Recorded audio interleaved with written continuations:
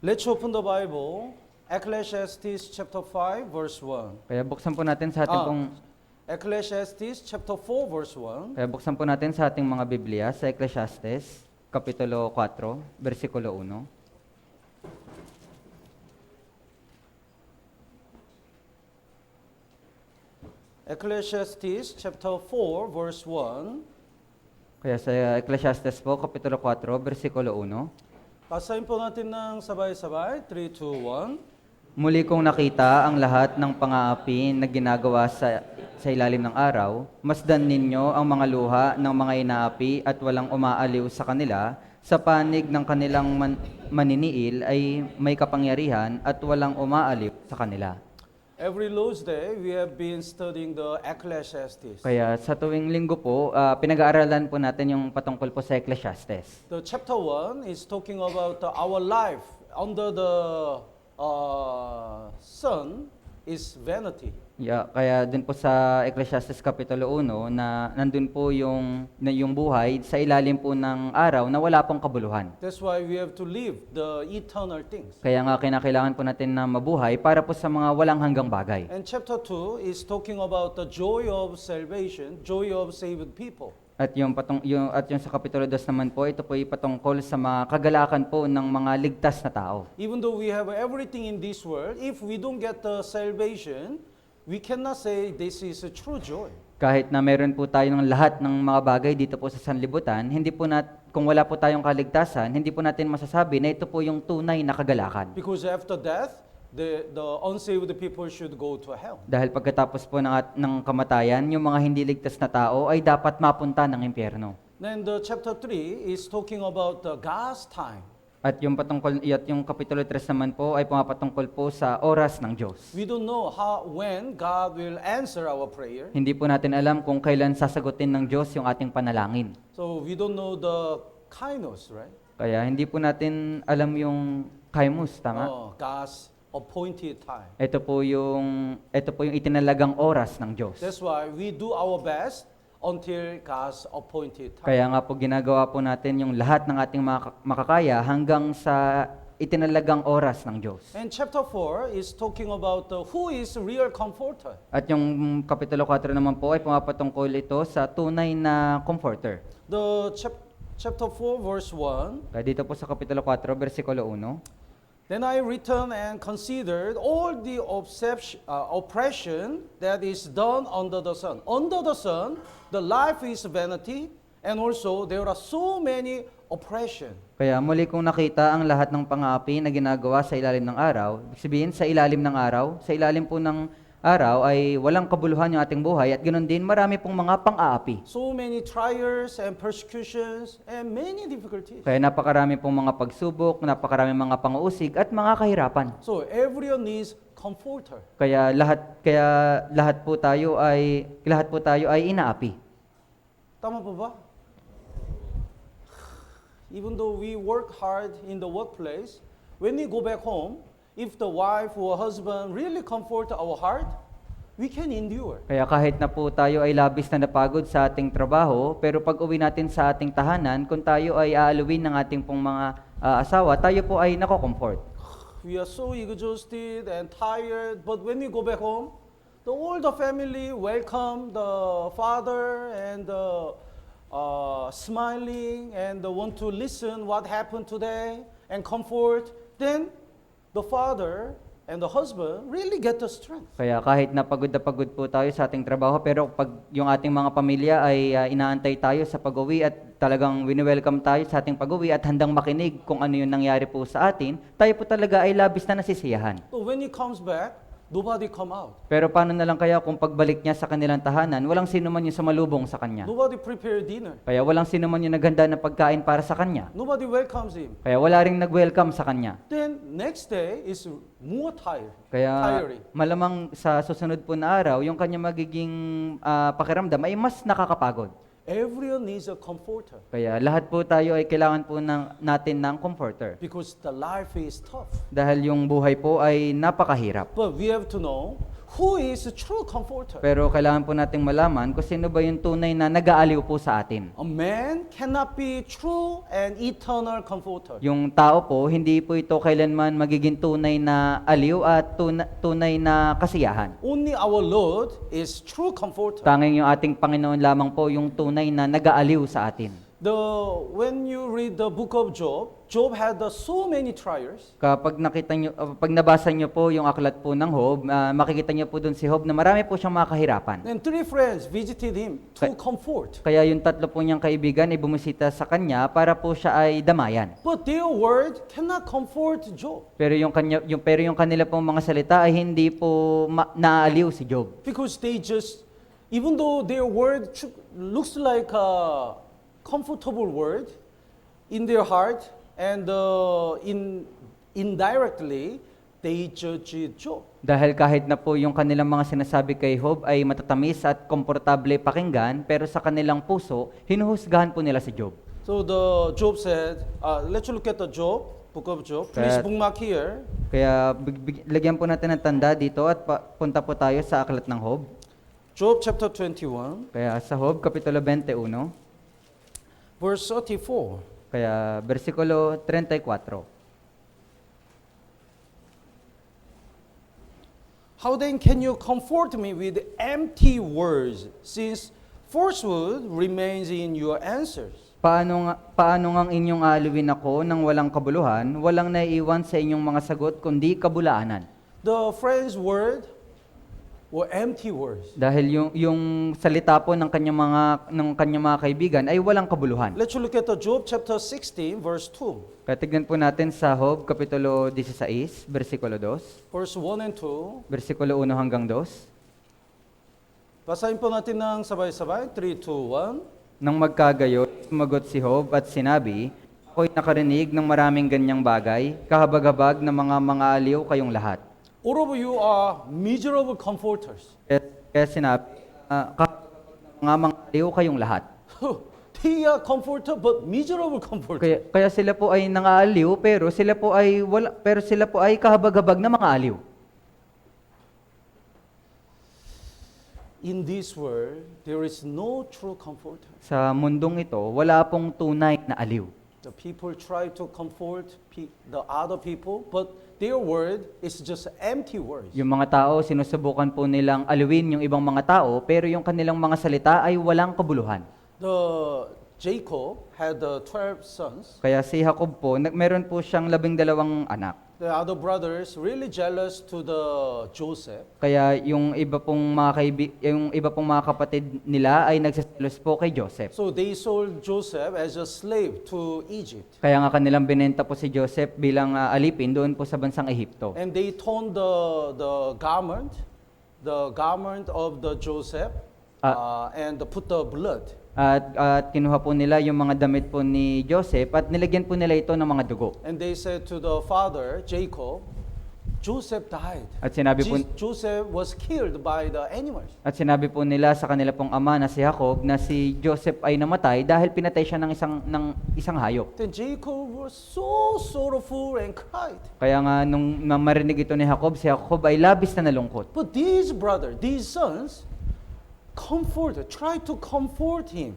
Pero itong mga anak na ito, sinubukan po nilang alawin si Jacob. Then the Bible says, the Jacob refused their comfort. Pero sinabi po ng Biblia na yung aliw na binigay sa kanya ng kanyang mga anak ay tinanggihan ni Jacob. Because nobody could understand his heart. Dahil walang sino man yung nakakaintindi ng kanyang puso. And also, the brothers who sold Joseph cannot comfort Jacob. At dahil yung mga kapatid po ni Joseph na nagbenta sa kanya, hindi man kailan ito maaliw si Jacob. Then who is real comforter? Kaya sino po yung tunay na mga aliw? The Ecclesiastes chapter 4 verse 1. Kaya nandito po sa Ecclesiastes kapitulo 4, The last versikulo part, 1. but they have no comforter.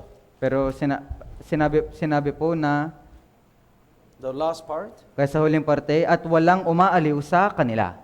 Then who is real comforter? Kaya sino po yung tunay na mga aliw?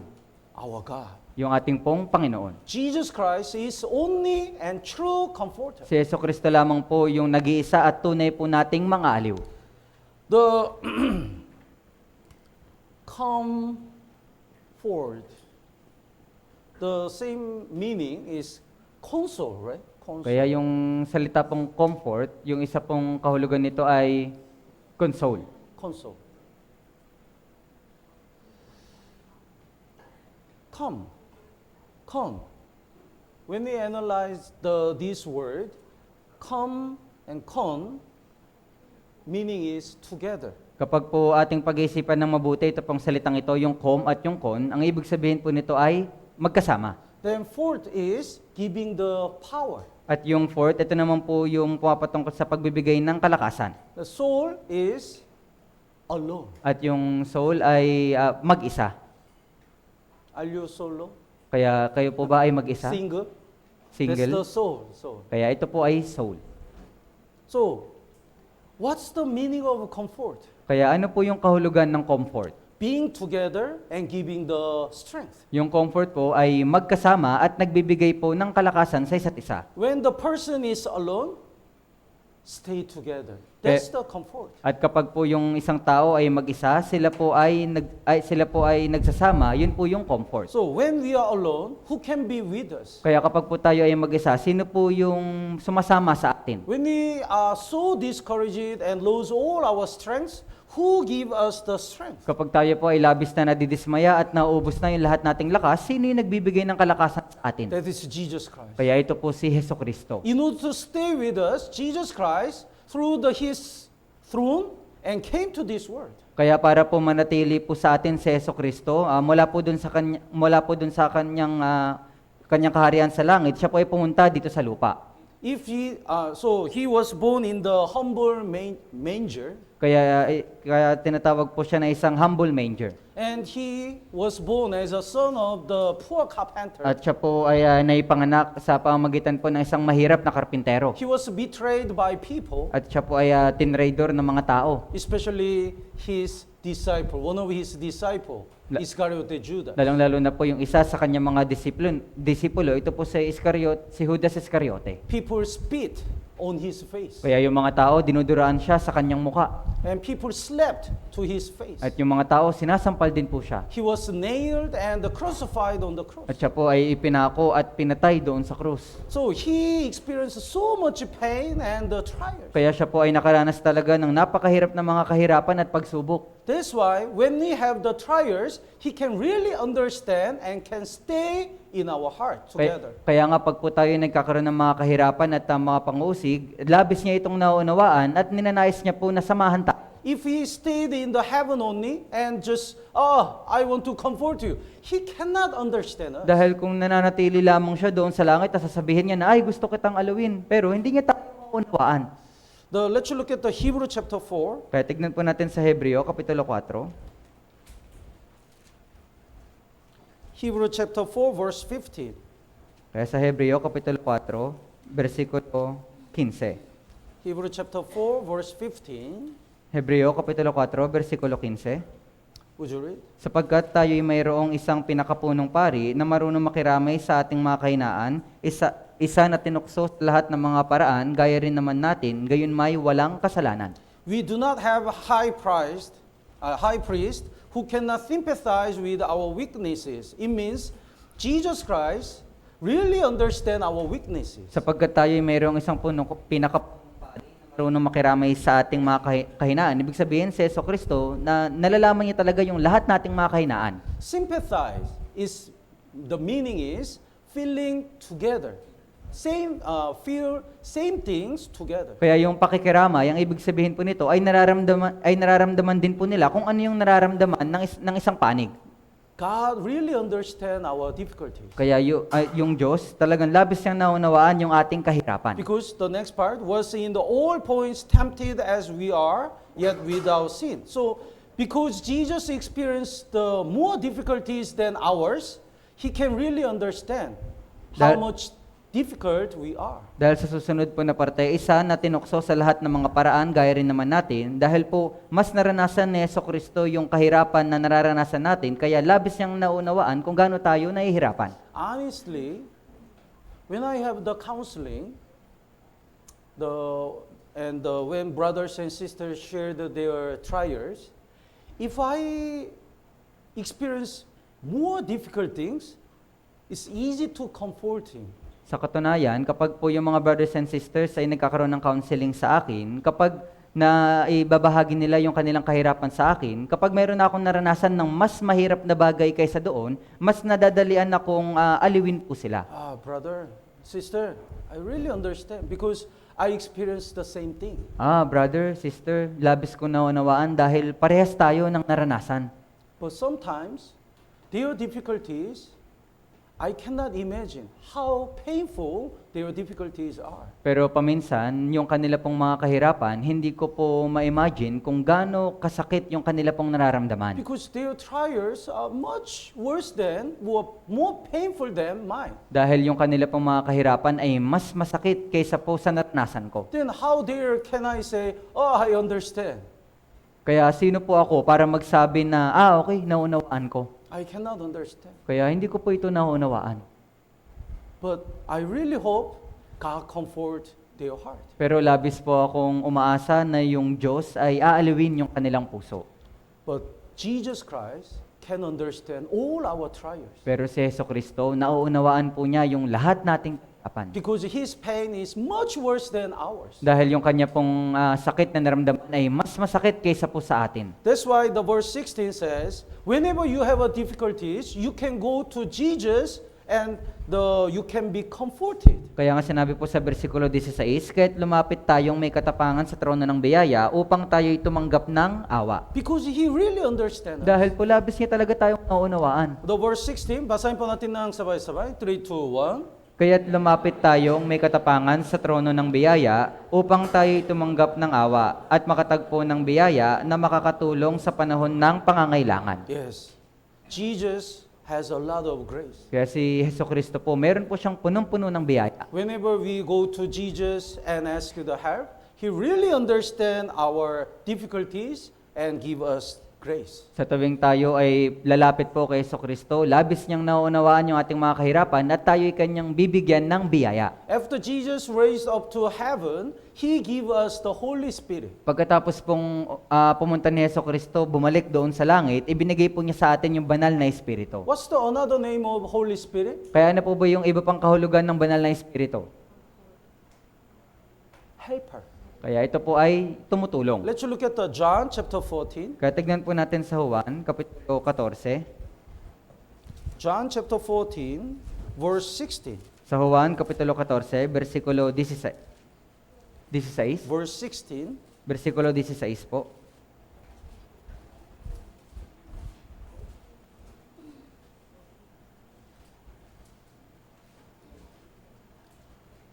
John chapter 14, verse 16. Basahin po natin ng sabay-sabay. 3, 2, 1. At hihingin ko sa Ama at kayo'y bibigyan niya ng isa pang mga aaliw upang makasama ninyo siya magpakailanman. Jesus said, I'll pray to the Father. It means after Jesus already knew He will be resurrected and raised up to heaven. Kaya sinabi po niya, at hihingin ko sa Ama, ibig sabihin, alam na po ni Jesucristo, siya po ay mabubuhay muli pagkatapos ng 3 araw at babalik po doon sa langit. Then He worried how to comfort His people. Kaya siya po ay nag-aalala kung paano po niya aaluin yung kanya pong mga alagad. So He said, I'll pray the Father and He will give you the another helper. Kaya sinabi po niya, at hihingin ko sa Ama at kayo'y bibigyan niya ng isa pang mga aliw. That is Holy Spirit. Kaya ito po yung banal na Espiritu. Jesus is a comforter and helper. Si Jesucristo po, siya po yung ating mga aliw at yung tumutulong sa atin. Now we have another comforter and helper in our spirit. That is Holy Spirit. At ngayon, meron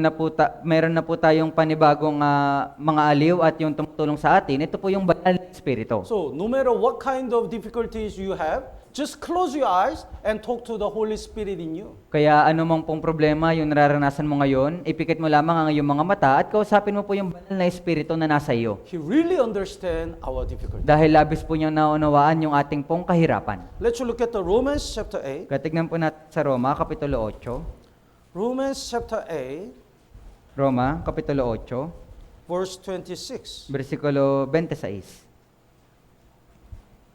Verse 26 says, likewise, the Spirit, Holy Spirit, also helps in our weaknesses. Kaya at gayon din naman, ang Espiritu, ito po yung banal na Espiritu, ay tumutulong sa ating kahinaan. After Jesus, Holy Spirit is another helper. Pagkatapos po ni Jesucristo, yung banal na Espiritu, ito po yung isa pang tumutulong. He knows how much weak we are, Nalalaman po niya kung gaano po tayo kahina. how much painful our heart is. Kaya gaano kasakit yung nararamdaman natin sa ating puso. That's why the next part, would you read? Kaya nga sa sunod na parte, sapagkat hindi tayo marunong manalangin ng nararapat, ngunit ang Espiritu mismo ang namamagitan na may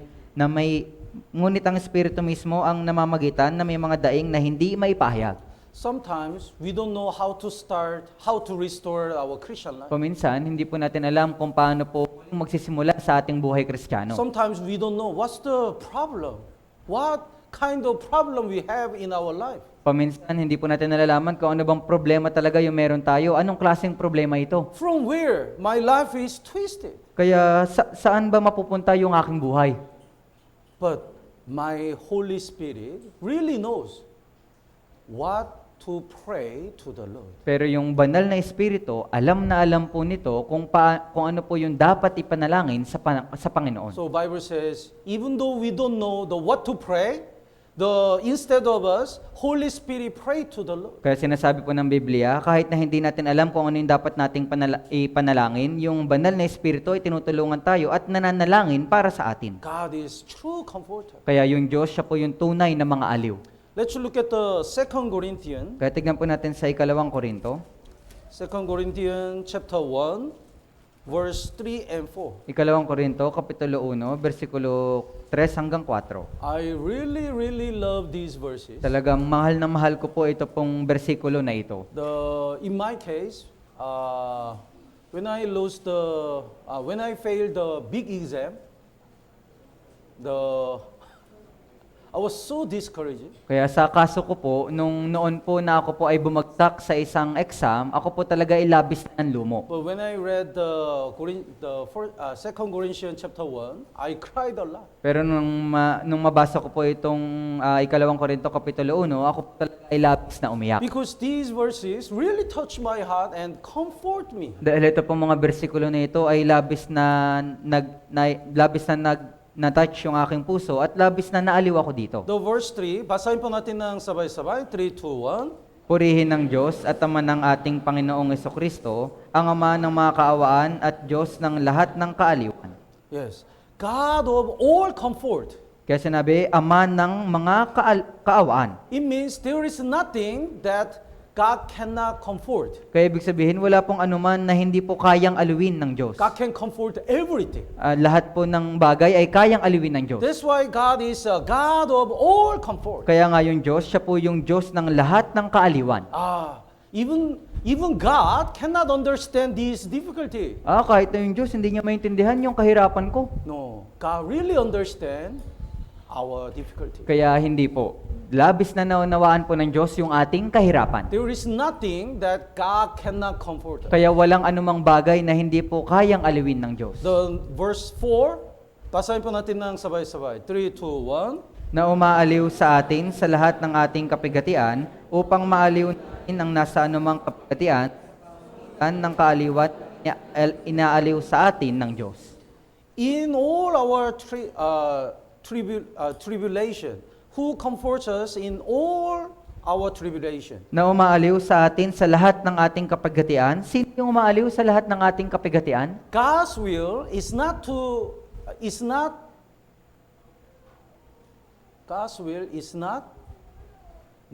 give us the tribulation. Yung kalooban po ng Diyos, hindi po niya kalooban na bigyan po tayo ng maraming kapigatian. Naintindihan po?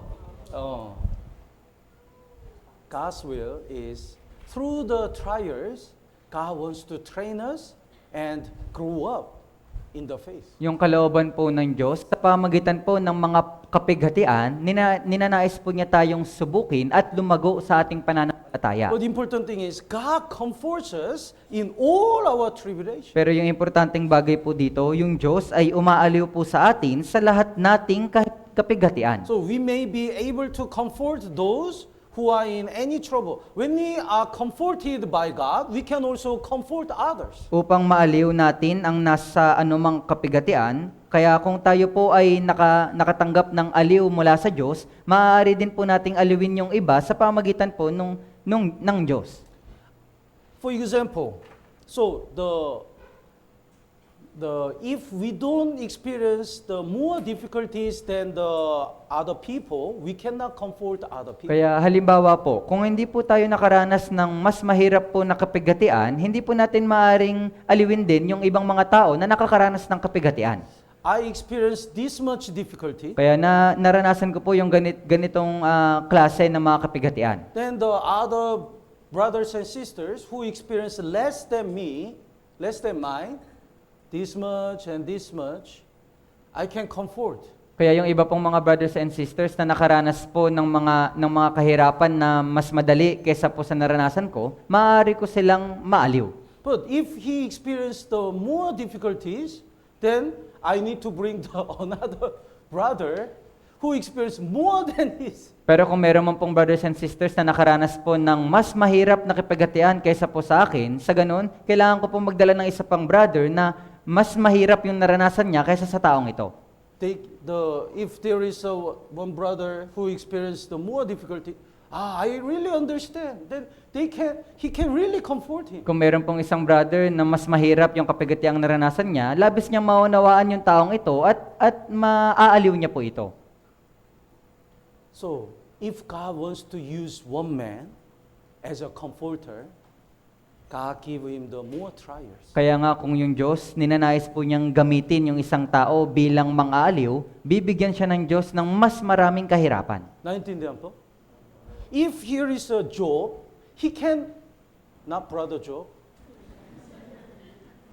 If here is the Job, he can comfort everyone. Kaya kung nandito lang po si Job, hindi po si Brother Job, maaari po niyang maaliw yung lahat po ng tao dito. Job, I was sick. Dahil, I'm sick. Job, ako ay may sakit. Yeah, I was also sick. Kaya pwede niyang sabihin sa atin na, oo, nagkaroon din ako ng sakit. When you share how much he was sick, probably we think, I'm very healthy. Kaya baka siguro pag kanya pong ibinahagi sa atin kung ano yung mga nagisakit niya, pwede na nating isipin sa ating sarili na, malusog pa pala ako. We can say, I have a great loss in my family. Pwede nilang sabihin na meron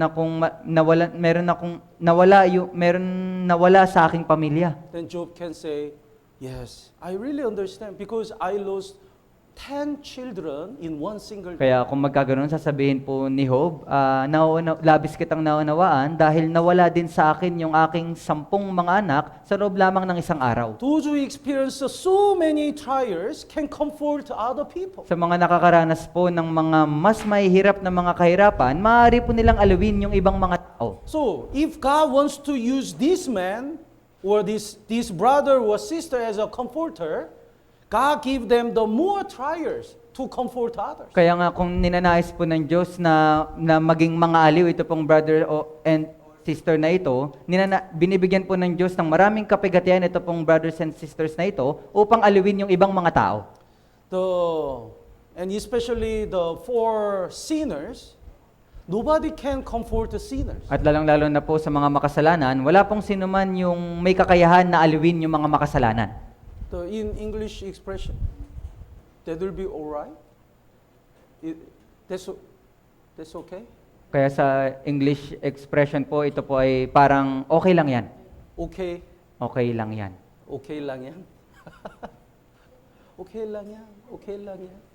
But he is going to hell. Pero, can you say, okay lang yan? pero siya po ay pupunta sa impyerno. Maaari ba natin sabihin na okay lang yan? He is casting into the lake of fire. Okay lang yan. Siya po ay mapupunta doon po sa walang hanggang lawa ng apoy. Sabihin natin na okay lang yan.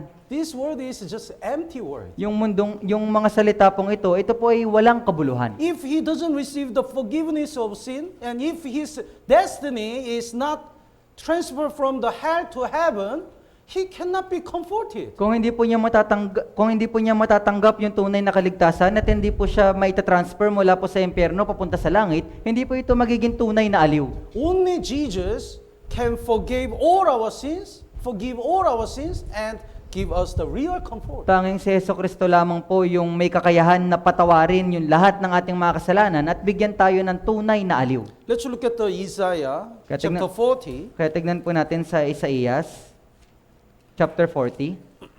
Chapter 40, verse 1 and 2. Isaías, chapter 40, verse 1 at 2.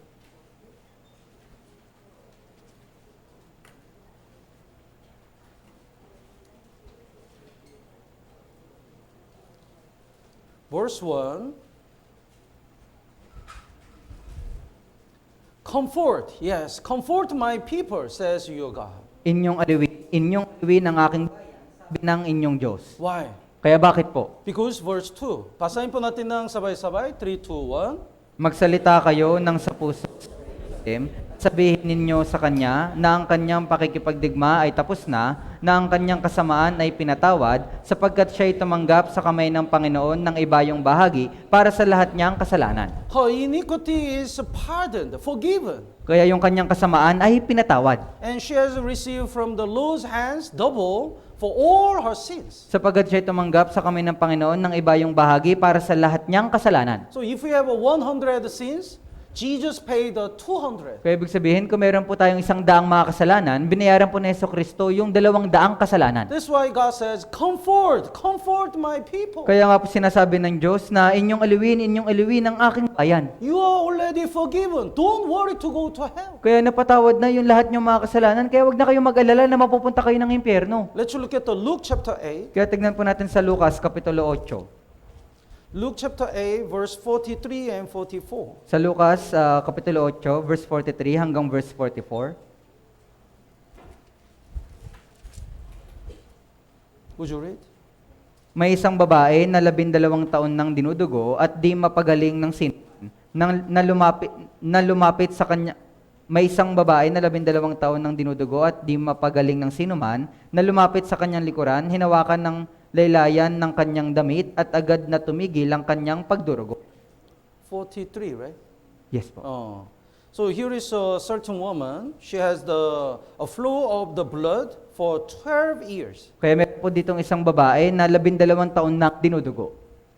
He met so many doctors. Kaya nakatagpo na po siya ng maraming mga doktor. He spent all her money. At nagastos na po niya yung lahat po niyang mga kayamanan. Probably other families and friends and people said, okay lang yan. Marahil po yung ibang niya mga kaibigan at ibang niya mga pamilya, siguro sinabi sa kanya na okay lang yan. Okay lang yan, okay lang yan. But still, she has having the flow of the blood. Kaya sinasabi nila okay lang yan, pero siya pa rin po ay dinudugo. Doctor couldn't comfort her. Kaya yung mga doktor, hindi po siya kayang aliwin. And anyone couldn't comfort her. At sino man, hindi po siya kayang aliwin. But when she touched the garment of Jesus Christ, immediately she was healed. Pero na kanya pong hawakan yung laylayan po ng damit ni Jesucristo, nang agara, siya po ay gumaling.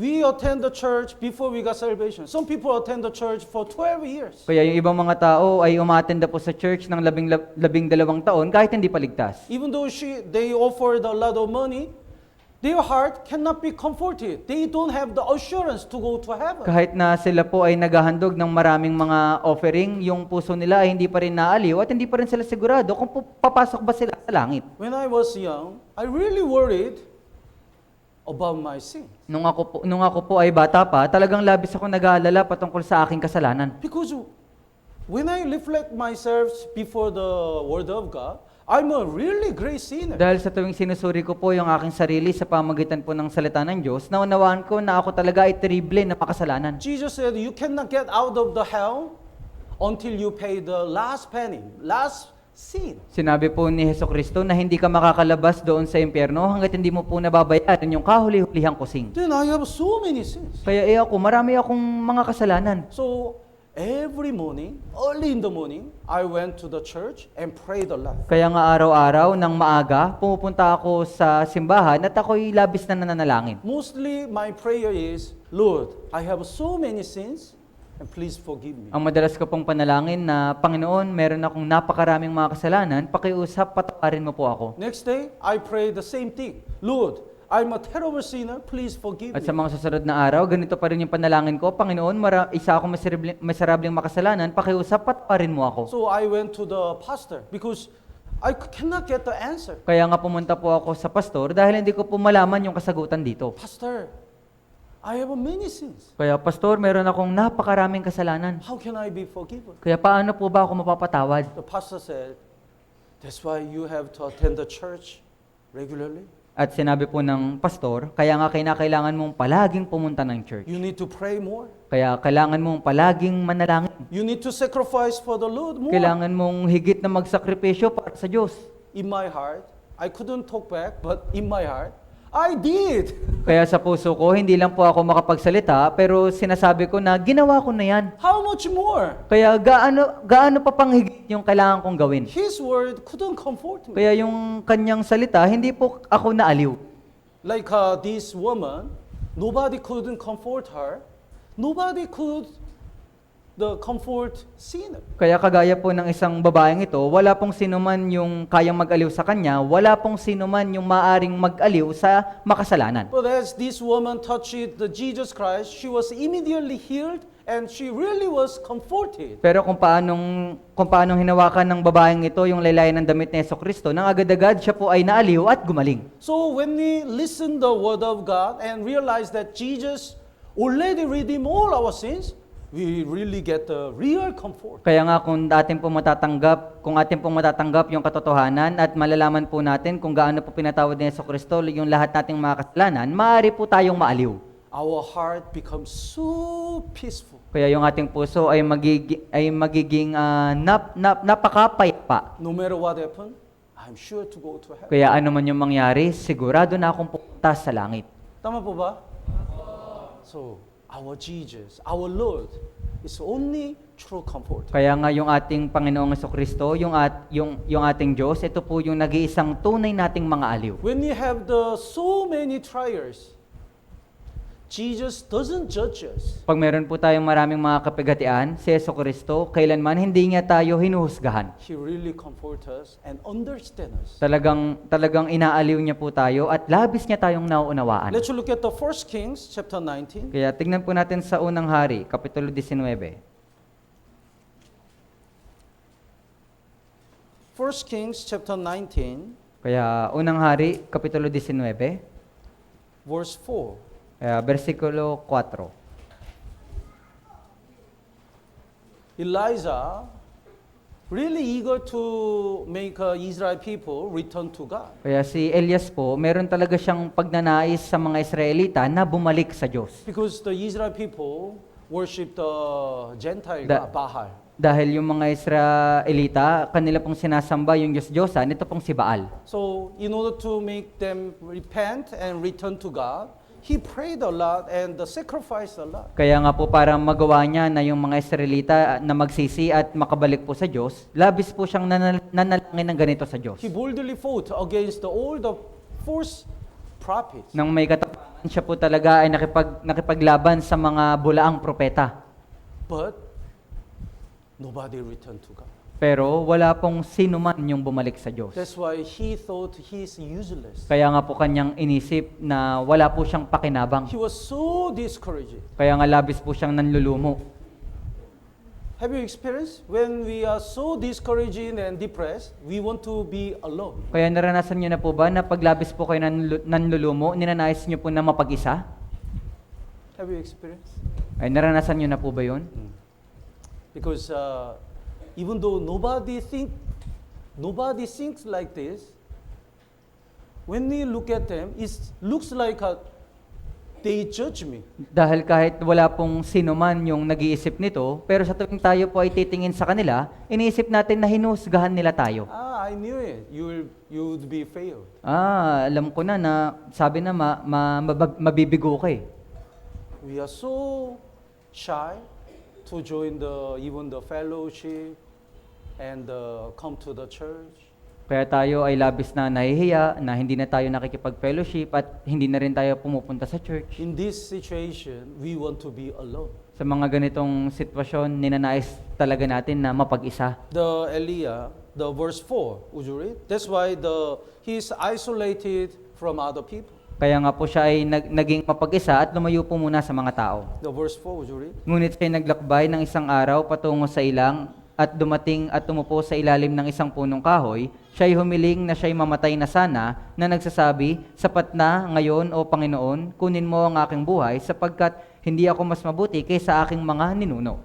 He wants to stay alone. Kaya ninanais po niya na mapag-isa. And he said, I'm no better than my fathers. At sinabi niya na hindi ako mas mabuti kaysa aking mga ninuno. It means I'm useless. Kaya ibig sabihin, ako'y walang pakinabang.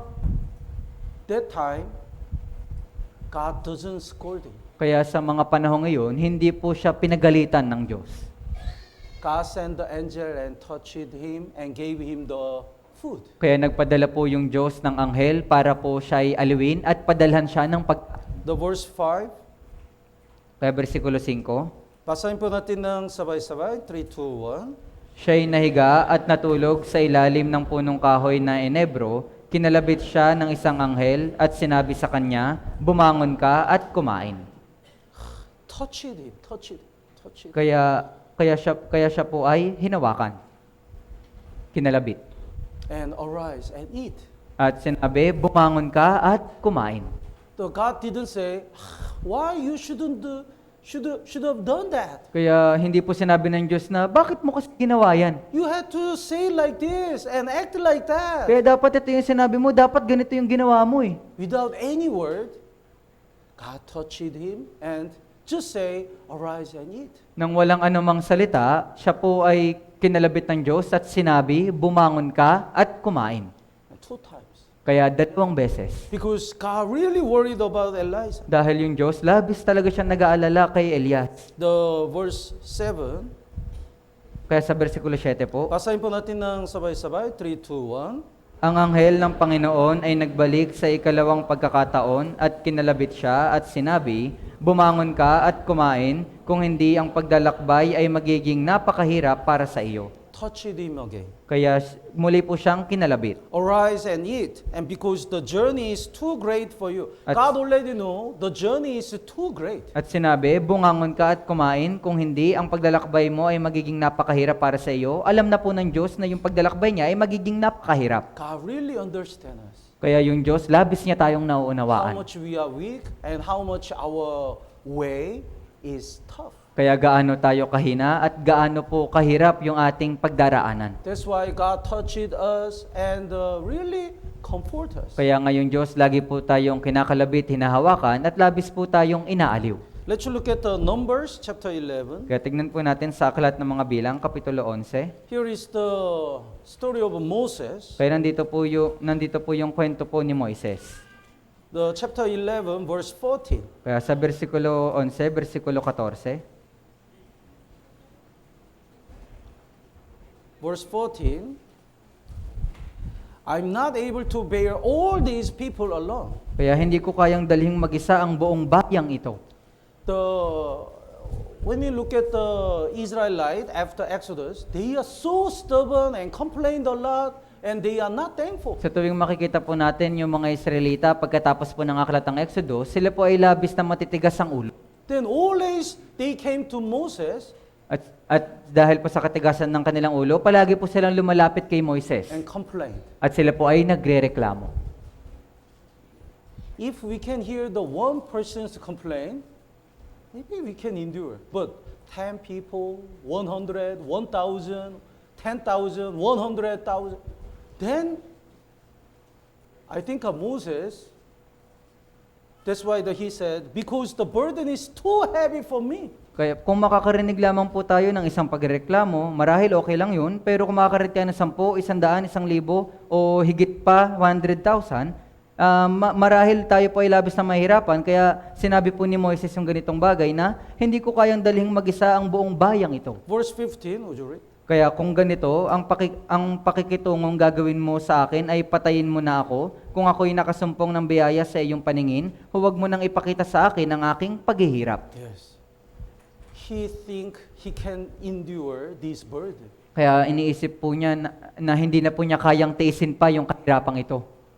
Because it's too much for me. Dahil sobra-sobra na ito para sa kanya. when we have the ministry or the position in the church, or even the position in the family, sometimes it's too heavy for us. Pag meron po tayong mga ministry meron po tayong mga ministry o gawain sa church o posisyon sa church o kahit na posisyon sa ating po mga tahanan, paminsan iniisip po natin na sobra na ito. If I'm a breadwinner, Kaya paano na lang kaya kung ako ay isang breadwinner? then even though I'm tired and really exhausted, I'm the only one who supports the family. Dahil kung magkaganon, kahit na labis na akong pagod, labis na akong nahihirapan, pero ako lang yung tanging may kakayahan na suportahan yung pamilya. But the family are not thankful. Pero yung aking pamilya ay hindi pa nagpapasalamat. If they complain a lot, our heart is really broken. Kaya sa tuwing sila ay nagrereklamo ng napakaraming mga bagay, yung ating puso ay labis talagang nawawasak. And we can also pray to God, Lord, this is really heavy for me. Kaya kung magkaganoon, maaari din po tayong manalangin sa Diyos na, Panginoon, labis na po ito para sa akin. I want to give up. Kaya gusto ko na pong sumuko. But in that moment, God is true comfort. Pero sa mga oras na iyon, yung Diyos ay yung nagiging tunay na aliw natin. The verse 16 and 17. Kaya sa versikulo 16 hanggang 17, 16, brother, would you read? kaya't sinabi ng Panginoon kay Moises, magtipon ka para sa akin ng 70 lalaki na matatanda sa Israel, na iyong nalalaman na matatanda sa bayan at mga nangunguna sa kanila, at dalhin mo sa toldang tipanan upang sila'y makatayo roon na kasama mo. God said, the gathered 70 men.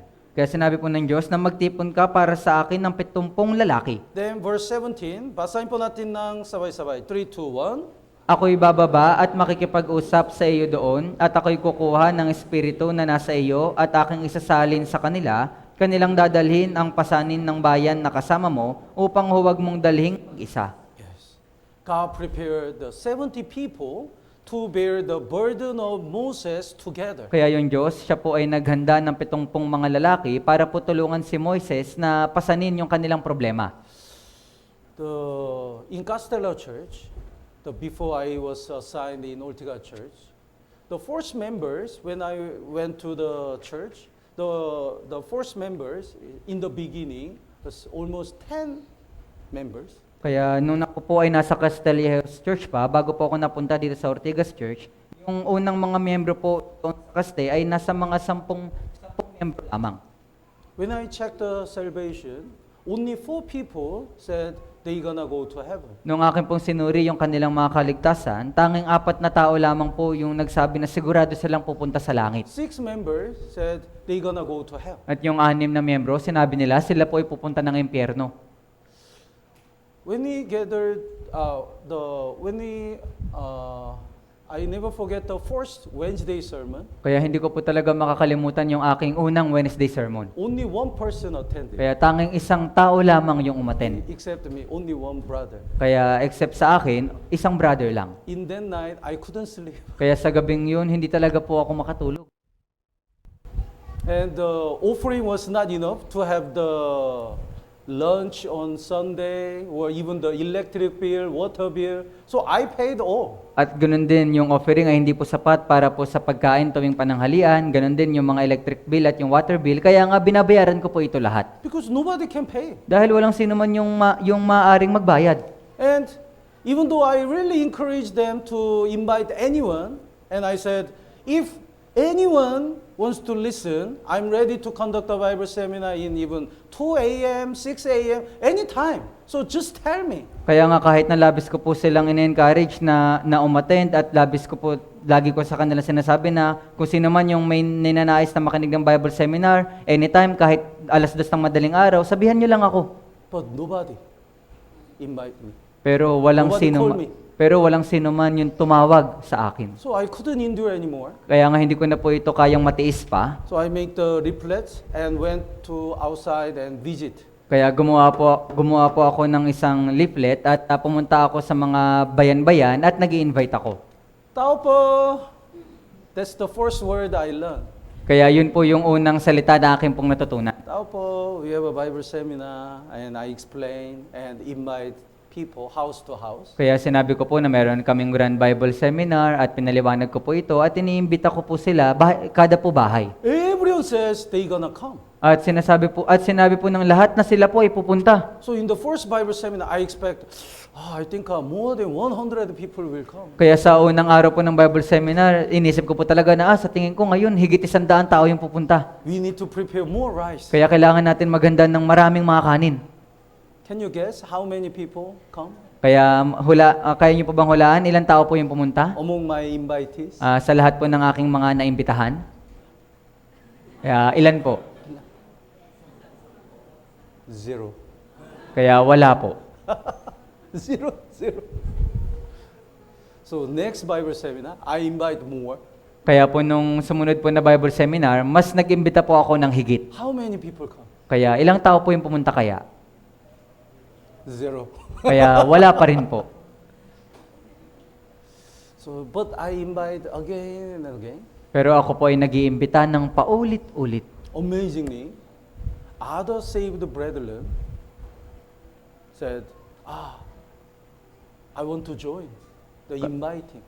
Yung nakakamanghang bagay po dito, yung iba pong mga kapatiran, sinabi po nila na gusto kong sumama, gusto ko rin mag-invite. And more brothers and sisters joined the inviting together. At lahat po ng higit pang mga brothers and sisters ay sumama at nag-iimbita kaming sama-sama. And little by little, some people get salvation. At pakonti-konti, yung ilang mga tao ay naliligtas. They want to sacrifice. Willingly, they sacrifice offering and their time and their even life. At ninanais po nilang magsakripisyo ng may kusang loob, ninanais po nilang magsakripisyo ng kanilang tithes at offering, yung kanilang oras, at kahit na yung kanilang buong buhay. Actually, I prayed the same things like Moses. Sa katunayan, ako po ay nanalangin din ng parehong bagay, kagaya po ni Moises. Lord, this situation is too heavy for me. Panginoon, yung sitwasyon ko po ngayon ay masyado nang mahirap para sa akin. I don't have any helper.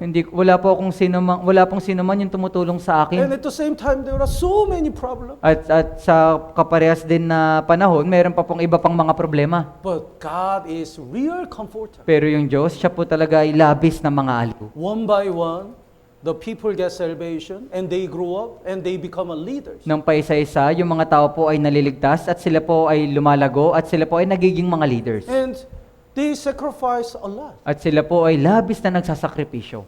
In Ortigas Church, in Philippine Life for the Mission, we also experience God's comfort. Kaya dito po sa Ortigas Church, sa Philippine Life Word Mission, nararanasan po natin yung pang-aaliw ng Diyos. Ortigas Church also start from the few people. Yung Ortigas Church, nagsimula lang din po ito sa mga kakaunting mga tao. And some cell group fellowship and leaders fellowship are exactly same. At yung ibang mga cell group, yung isang cell group fellowship at yung leaders fellowship ay parehas lang ng bilang. When they have a cell group fellowship, only leaders gather. Pag meron silang cell group fellowship, yung mga leaders lang po yung nagsasama-sama. But God is real comforter. Pero yung Diyos, siya po ay yung tunay na mga aliw. Many people get salvation and they are growing up. Kaya maraming tao yung mga naliligtas at sila po ay lumalago. I expect the day we finish the construction. Kaya inaasahan ko po yung araw na kapag natapos na yung ating construction, The day of inauguration of Ortigas Church. yung araw po ng inauguration ng Ortigas Church. And God will give us the true comfort. At yung Diyos, tayo po ay labis niyang bibigyan ng labis na aliw. I can already hear the God's word. Ortigas Church, don't worry about place anymore. Kaya naririnig ko na po yung boses po ng Diyos, parang sinasabi niya na, Ortigas Church, huwag na kayong mag-alala sa lugar na tatayuan ninyo ng gusali. With new place and new building, I want to comfort you. Sa pamagitan po ng bagong lugar, ng bagong church building, ninanais ko kayong aliwin. So, only God can comfort us. Kaya nga tanging yung Diyos lamang yung kayang mag-aliw sa atin. Then, how can God comfort? Kaya paano po tayo inaaliw ng Diyos? Through the prayer. Kaya sa pamagitan po ng panalangin. Let's look at the Psalm number 62. Kaya tignan po natin sa mga awit, chapter 62. Psalm number 62, verse 8. Sa mga awit, chapter 62, verse 8. 62, verse 8. Chapter 62, verse 8 po. Basahin po natin ng sabay-sabay. 3, 2, 1. Magtiwala kayo sa Kanya sa lahat ng panahon, o bayan, ibuhos ninyo ang inyong puso sa Kanyang harapan, para sa atin ang Diyos ay kanlungan. Whenever we have difficulties and whenever we need God's comfort, pour out your heart before Him. Sa tuwing kinakailangan po natin yung pang-aaliw ng Diyos, sinasabi po, ibuhos ninyo ang inyong puso sa Kanyang harapan. Then God is a refuge for us. Refuge is the safest place. Kung gayon, ang Diyos ay kanlungan, ibig sabihin, yung Diyos, siya po yung ating kanlungan. When we pray, our heart becomes calm and comfort. Kaya sa tuwing po tayo ay nananalangin, yung ating puso ay kumakalma at nagkakaroon po tayo ng kanlungan. The baby cannot talk. Yung mga baby po, hindi po sila nakakapagsalita, di ba? Only one thing he can do is cry. Yung tanging bagay lamang na kaya po nilang gawin ay umiyak. Anga. Oh, very good translator. Then mother comes. At kung magkaganon, pumupunta po yung kanyang ina. And what do you need? At sasabihin, ano yung kailangan mo? You need a milk? Kaya kailangan mo ba ng gatas? You want to sleep? Kailangan mo, gusto bang matulog? Mother knows what he needs. Kaya alam po ng ina kung ano yung kailangan niya. When we pray, God come and comforts. Kaya kapag po tayo ay nananalangin, yung Diyos ay pumupunta sa atin at inaaliw po tayo. The audio room, there is one hymn song. Kaya- In these dark days, lift up your eyes to Jesus. Kaya meron pong isang awit na sa mga madaling panahon na ito, itingin mo lamang ang iyong mga mata kay Jesucristo. Lift up your eyes, He is still upon the throne. Kaya itingin mo lamang yung inyong mga mata kay Jesucristo na nandun pa siya sa kanyang trono. And come what may, He never will forsake you. At pumunta ka sa kanya, hindi kanya kailanman itatakwil. For He is God, to Him all things are known. Dahil siya ay Diyos, kaya para sa kanya, lahat ng mga bagay ay nalalaman niya. Lift up your eyes, He still is there. Kaya itingin mo ang iyong mga mata sa langit at isipin mo na nandun siya. Would you play?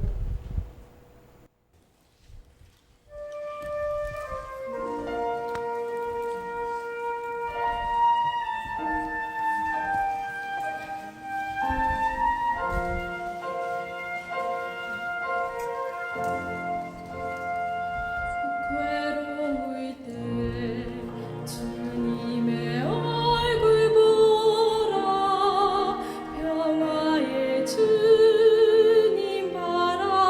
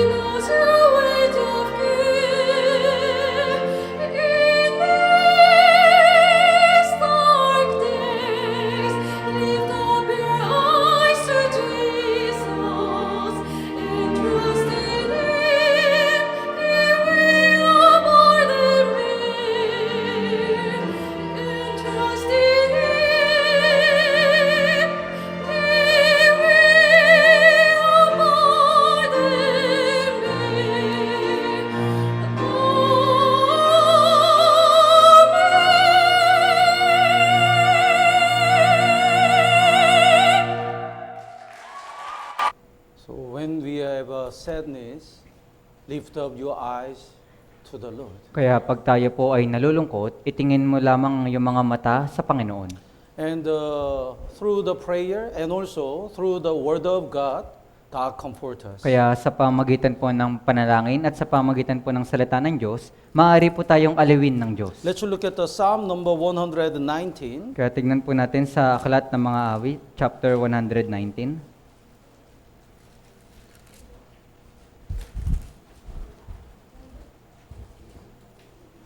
Verse 50. Verse 15 po. 50. Verse 50, versikulo 50. This is my comfort. This is word of God. The word of God is my comfort in my affliction. And for your word has given me life. Kaya ito'y aking kaaliwan, ito po yung salita ng Diyos, ito'y aking kaaliwan sa aking kapagatian, ng iyong pangako ang nagbibigay sa akin ng buhay. In the wedding of Canaan, the Jesus transferred the water to the wine. Kaya yung nagkaroon po ng kasalan doon po sa bayan ng Kanaan, yung Jesucristo po, ginawa po niyang alak yung tubig. The wine is symbolized the joy. Yung alak, ito po ay sumisimbolo sa kagalakan. So in the wedding, the most important thing is wine. Kaya sa isa pong kasalan, yung napakahalaga pong bagay dito ay yung alak. But they don't have the wine. Pero sila po ay walang alak. It means they don't have the joy and Kaya happiness. ibig sabihin, wala po silang anumang kagalakan. But God transferred the water to the wine. It means the God through the word of God, God give us the true happiness and joy. Pero sa Jesucristo, yung tubig ay ginawa po niyang alak. Ibig sabihin na sa pamagitan po ng salita ng Diyos, maaari po tayong aliwin ng Diyos. Through the word of God, God comforts us. Sa pamagitan po ng salita ng Diyos, inaaliw tayo ng Diyos. And through the fellowship, God comforts At us. sa pamagitan po ng fellowship, inaaliw tayo ng Diyos. So when we join the fellowship and share our difficulties, other brothers and sisters can pray together and help together so we can get the comfort. That is the God's way. Kaya kapag po tayo ay dumadalo sa mga fellowship at ibinabahagi yung ating pong kahirapan, yung mga brothers and sisters ay nananalangin po para sa atin at tinutulungan tayo. At sa ganitong paraan, ito po yung paraan ng Diyos. And if you read the 2 Corinthians, when the Corinthian church repent and grew up in the faith, that news really comfort Apostle Paul. At kung babasahin niyo po yung ikalawang Korinto ng yung mga kapatiran doon ay nagsisi yung nang marinig po ito ni Pablo, yung kanya pong puso ay labis na nasiyahan. So when the church grows up and when the brothers and sisters grows up, this news really comfort us. Kaya kapag po ating naririnig na yung iglesia ay lumalago at yung brothers and sisters ay lumalago, yung balitang ito ay labis na umaaliw sa atin. And another way to comfort us is the Jesus second coming. At yung isa pong paraan na maaari po tayong aliwin ng Diyos ay yung ikalawang pagdating ni Jesucristo. Let's look at the Luke chapter 2. Kaya tignan po natin sa Lucas Kapitulo 2. Here is a Simon. Kaya nandito po si Simon. The Luke chapter 2 verse 25. Kaya Lucas Kapitulo 2, versikulo 25.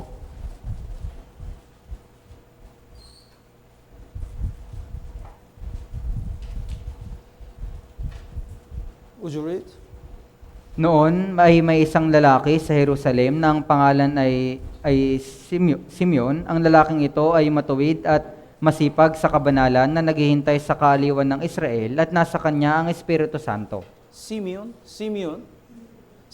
is the man who is really waited for the Messiah's coming. Kaya si Simeon, ito po yung tao na labis na nag-aantay po sa pagdating ng Mesiyas. And he is waiting for the consolation of Israel. At So when the Messiah, Jesus, comes, it can be the comfort for Israel people. At siya po ay naghihintay sa kaaliwan ng mga Israelita. Labis po siyang naniniwala na kapag dumating po yung Mesiyas, si Jesucristo, ito po yung magiging labis na kaaliwan para sa mga Israelita. So when he waited and finally he met Jesus. Kaya siya po ay labis na nagantay at sa kahulihan, kanya pong nakatagpo na si Jesucristo. The verse 28.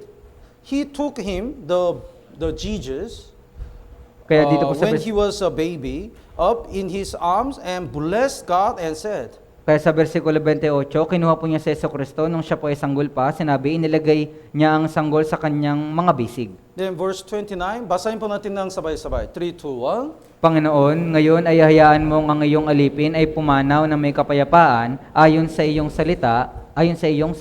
Yes.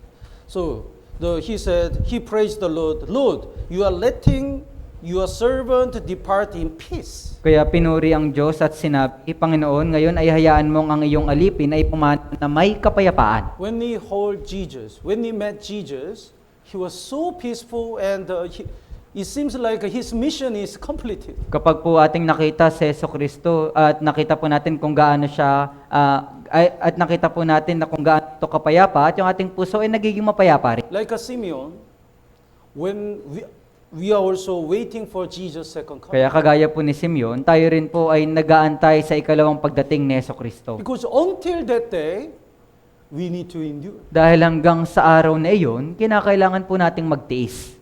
Until that day, we can work. Hanggang sa araw na iyon, kinakailangan po nating magtrabaho. So, when He comes, our heart will be so peaceful and our mission will be completed. Kaya nga sa kanya pong muling pagdating, yung ating puso ay labis na magkakaroon ng kapayapaan at yung masasabi natin na yung ating misyon ay tapos na. That's why the 1 Thessalonians chapter 4, Kaya nga po sa unang Tesalonika, Kapitulo 4, 1 Thessalonians chapter 4, verse 17, kaya unang Tesalonika, Kapitulo 4, versikulo 17, is talking about the Jesus' second coming. ito po ay pumapatungkol sa ikalawang pagdating ng Panginoong Jesucristo. When He comes, we will be lifted up to the air and we will meet Jesus. Pagkatapos tayong nabubuhay na natitira ay agawing kasama nila sa mga ulap. Verse 17, would you read?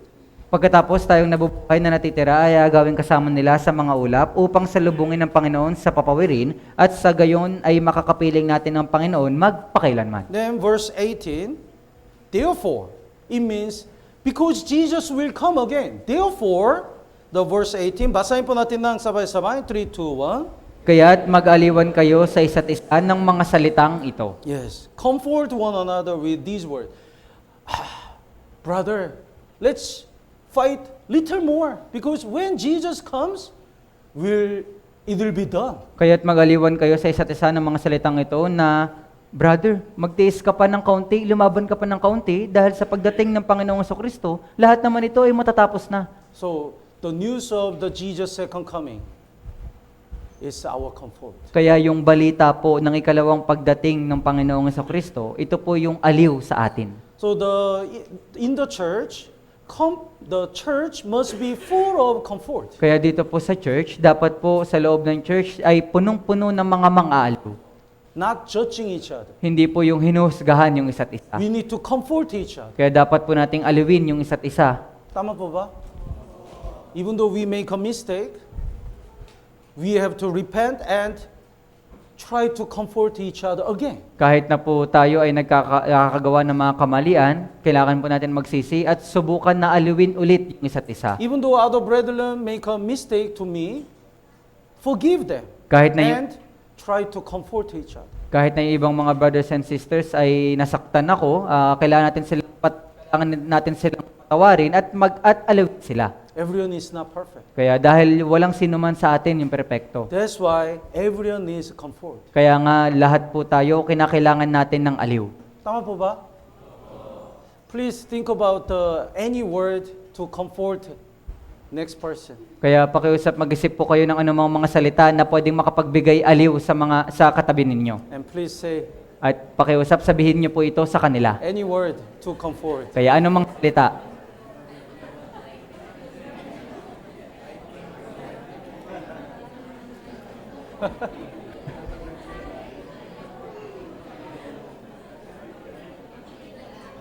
The brother said, fighting, very comfort. Kaya sinabi po ng isang brother na laban lang, kaya labis na nakakapag-aliw. One sister,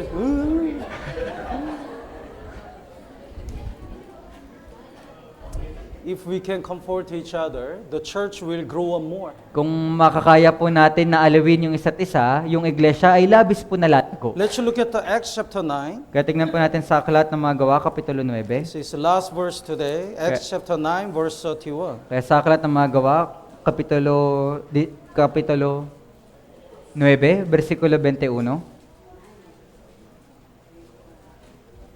31.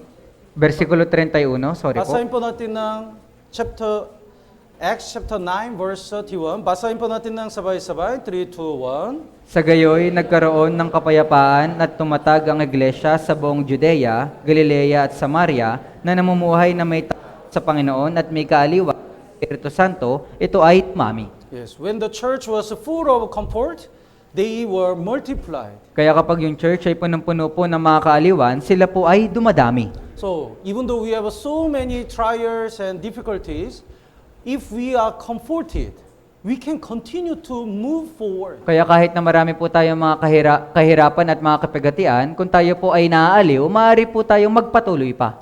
So, through the one word, we can be encouraged. Kaya sa pamamagitan po ng isang salita lamang, maaari po tayong magkaroon ng kalakasan. Through the one prayer, we can get the strength and continue to work. Sa pamamagitan ng isang panalangin, makakakuha tayo ng kalakasan at makakagawang muli.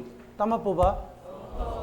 So, from tomorrow, we have a great fight Kaya- in the Bible seminar. Kaya mula po bukas, meron po tayong napakalaking digmaan. Ito po yung Grand Bible Seminar. There are so many people who need the God's comfort. Kaya meron pong napakarami pang mga tao na kinakailangan po yung aliw ng Diyos. They don't know how to go to heaven. Kaya dahil hindi po nila alam kung paano pupunta sa langit. They try to get the comfort from the world. Sinusubukan po nilang kunin yung kaaliwan sa sanlibutan. So we have to invite them to give them the true comfort. Kaya nga kailangan po natin silang imbitahan para po makuha nila yung tunay na kaaliwan. Tama po ba?